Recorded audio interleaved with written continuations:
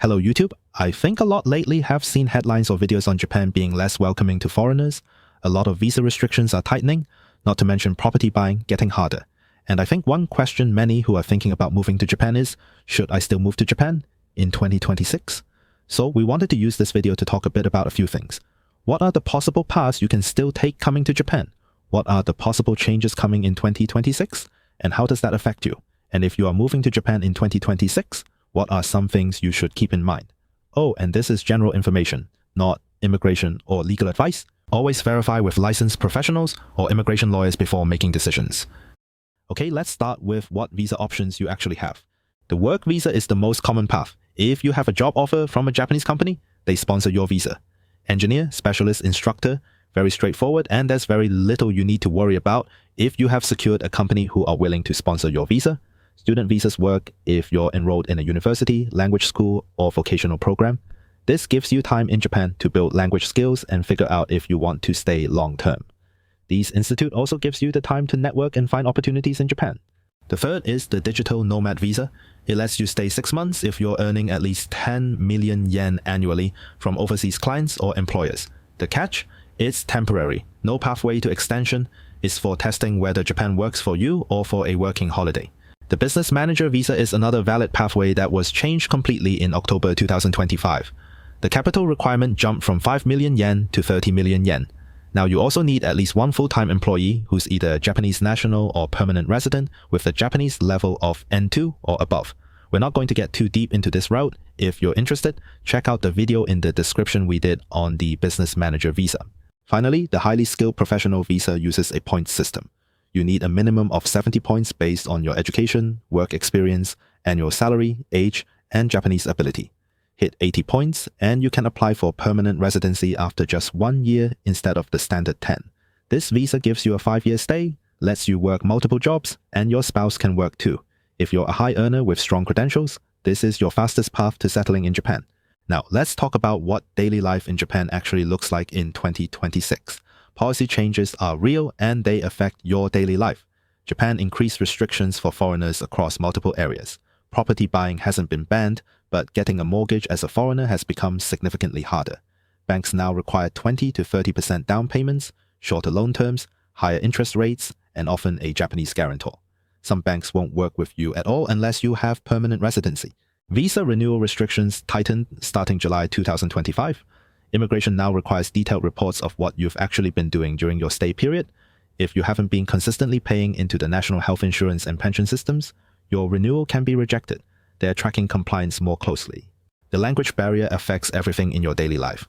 Your apartment lease, Japanese. Your utilities setup, Japanese. Banking applications, Japanese. Tax paperwork, Japanese. City hall registration, Japanese. Even if you speak conversational Japanese, legal and administrative Japanese is a different level entirely. If you're working for yourself or running a business, the language requirements get heavier. Every contract you sign is in Japanese. If you're hiring anyone, you're responsible for payroll setup, withholding their income tax correctly, and filing monthly remittances by the 10th of each month. Miss those deadlines, and you get penalties that show up when immigration reviews your visa renewal. This isn't something you can just figure out as you go. The cost of living in Tokyo keeps increasing. That 100,000 yen rent is for a tiny one-room apartment.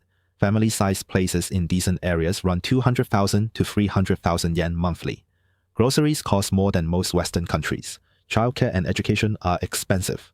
Every aspect of life here has a price tag that adds up fast. If you're hiring employees, you're responsible for their social insurance premiums, withholding and remitting their resident tax, and filing labor insurance reports every July 10th. These aren't optional. They're legal requirements that start the moment you bring someone on staff. Culture differences go deeper than you expect. If you're doing business in Japan, sales cycles run 6 to 18 months because Japanese companies need consensus and complete comfort before signing anything. During that entire time, you still have ongoing obligations, monthly payroll if you have staff, consumption tax filings, corporate tax is due 2 months after your fiscal year closes. The system doesn't pause while you're trying to make sales. What to keep in mind when moving to Japan? Let's break down the practical realities by category: costs, living, taxes, and insurance.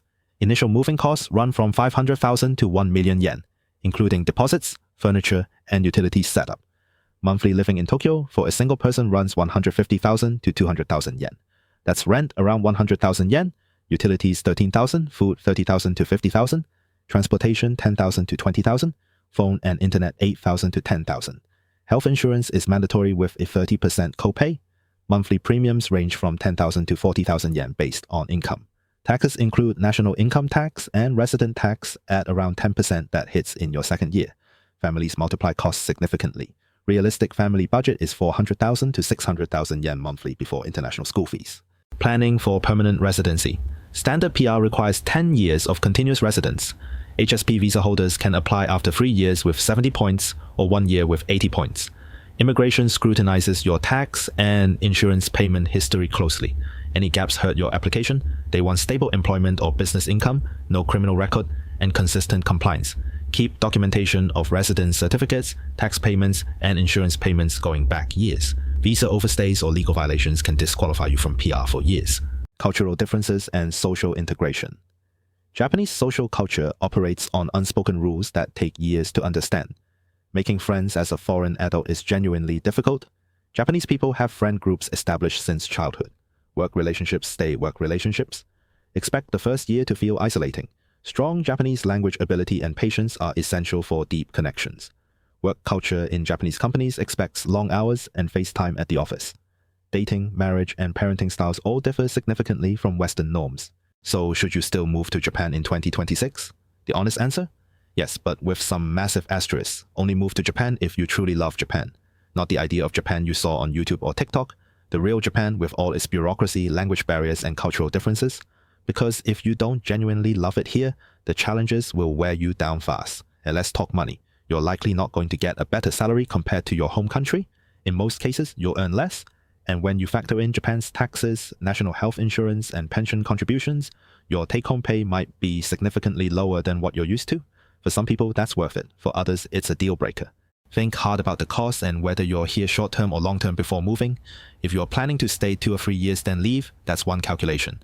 You might not build up enough points for PR, you won't benefit from pension contributions you're making, and some of those initial setup costs won't pay off. But if you're committing to 5, 10, or 15 years in Japan, those same investments in language ability, cultural integration, and compliance make a lot more sense. Moving to Japan in 2026 isn't about chasing a dream you saw on social media. It's about understanding the real requirements, the financial trade-offs, and the cultural reality of building a life here. If you've thought through all of that and still want to come, then yes, you should move to Japan in 2026. If you're planning to set up a business in Japan, SmartStart Japan handles everything you need to get it right from day one. We cover incorporation structure, selection, fiscal year setup, tax and payroll calendar planning, accountant coordination, and all the compliance requirements that directly affect your visa status. We also handle business manager visa applications, permanent residency planning for business owners, and ongoing compliance support for established businesses. Whether you're launching a new company, expanding into Japan, managing existing operations, or dealing with any business-related challenge, even if it's something we don't handle directly, we have an extensive network of trusted experts we can connect you with for your specific needs. Book your free 30-minute consultation at smartstartjapan.com and we'll create a clear plan for your situation.